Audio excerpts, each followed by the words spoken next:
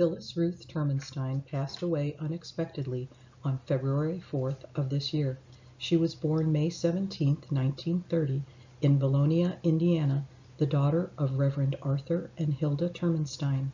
She had two sisters and a brother, now deceased. Phyllis's brother-in-law, Melvin Call, and his daughter, Kathleen Simonis of Jeffersonville, Indiana, have traveled to be with us tonight, and we are so happy that a group of Phyllis's friends from the Willows are here too. We are grateful to the family, especially Steve and Nancy Call, for sharing family photos with us for this tribute. We are sorry for their loss. Phyllis graduated from high school and college in Evansville, Indiana, and became a St. Louisan in the early 1960s when she moved here from Richmond, Virginia, to work for Reynolds Metals Company. In 1967, she began working at St. Louis University School of Medicine for the pathology department and worked there 26 years, eventually becoming the department's business manager. Phyllis had played violin and viola with the Evansville Philharmonic, and here she became involved in the Bach Society of St. Louis. In addition to violin and viola, Phyllis was also a vocalist and played guitar, piano, and organ. She continued to play the organ and was still taking lessons when she passed away. Soon after arriving in St. Louis, she joined an interdenominational group called the Forum, where she met Roland Quest, who became her good friend. Phyllis and Roland shared many interests. They enjoyed music and attending concerts together. They loved going to Cardinals games. They loved boats, and Phyllis loved to travel. She loved animals, especially her beautiful ragdoll cats. Her email address was a combination of her cats' names. She was a Silver Life Master Bridge player, meaning she earned at least 1,000 points playing in competitive bridge tournaments. Phyllis truly had a passion for everything she did in life. Roland had graduated from Washington University with a degree in physics. He joined McDonnell Aircraft Company as an aeronautical engineer, and his technical concepts for optimizing space vehicle design were later adopted by NASA for the Space Shuttle. He received an award from the American Institute of Aeronautics and Astronautics. He also founded Quest Marine Company and developed innovative designs for pleasure boating on inland waters. When he passed away in 1993, Phyllis established the Roland G. Quest Memorial Fund.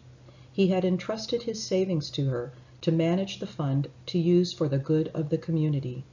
The St. Louis Community Foundation, which administers the fund, helped Phyllis arrange the first gift, a significant one, to the St. Louis Zoo. The zoo was important to her, as she had gone there as a child when she came to visit her uncle in St. Louis. The fund provides support for the zoo's greatest needs year after year. In addition, Phyllis later made a personal gift to the zoo that is recognized at McDonnell Polar Bear Point. Phyllis was involved in many civic organizations, and through the years the Roland Quest Fund has provided support for many of them. In addition to the zoo, the Bach Society, St. Andrew's Resources for Seniors, the Shepherd Center, St. Louis University, Washington University's Graham Chapel and its organ, and the Gateway Festival Orchestra have been recipients of her generosity. Pleased with the impact of the gifts she made with Roland's estate, Phyllis also established her own charitable gift fund. She created a legacy of philanthropy that will continue even now that she is gone. In 2011, Phyllis was recognized as an ageless, remarkable St. Louisan by St. Andrew's Resources for Seniors. What made her ageless and remarkable? The reasons were clear to all who knew her. Her passion for life, her many interests, her appreciation of good music, her spirit, and of course her dedicated involvement to charitable causes. In accepting the award, Phyllis said, "Through Roland's gifts and mine, I have stayed involved in the things we enjoyed together, and I have made great friends along the way. I think he would be proud of what we are doing for the good of the community." In 2016, Phyllis received the Donor Legacy Award from the St. Louis Planned Giving Council, given to individuals who exemplify the spirit of philanthropy in the greater St. Louis community. Phyllis said, "I find that new experiences and new challenges are energizing, and I am so thankful that I can still be productive and I can still make a contribution."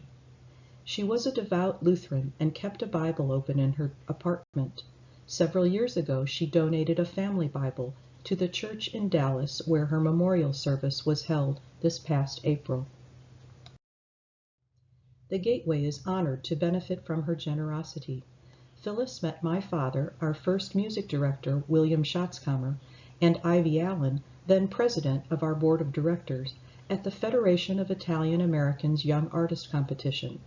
Charles Garavaglia, pianist and organist, had been Willie's student at Washington University and had asked him to be a judge. Phyllis donated the money for the competition, as she in turn was one of Charlie's piano students.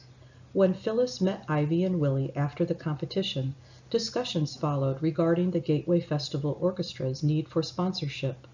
Phyllis liked to offer challenge grants, where she would promise a certain amount of money if the organization's donors would match it. We started with small matches, but the donors rose to meet her challenges, and over the years the grant has grown to be the single largest donation or grant we receive each year.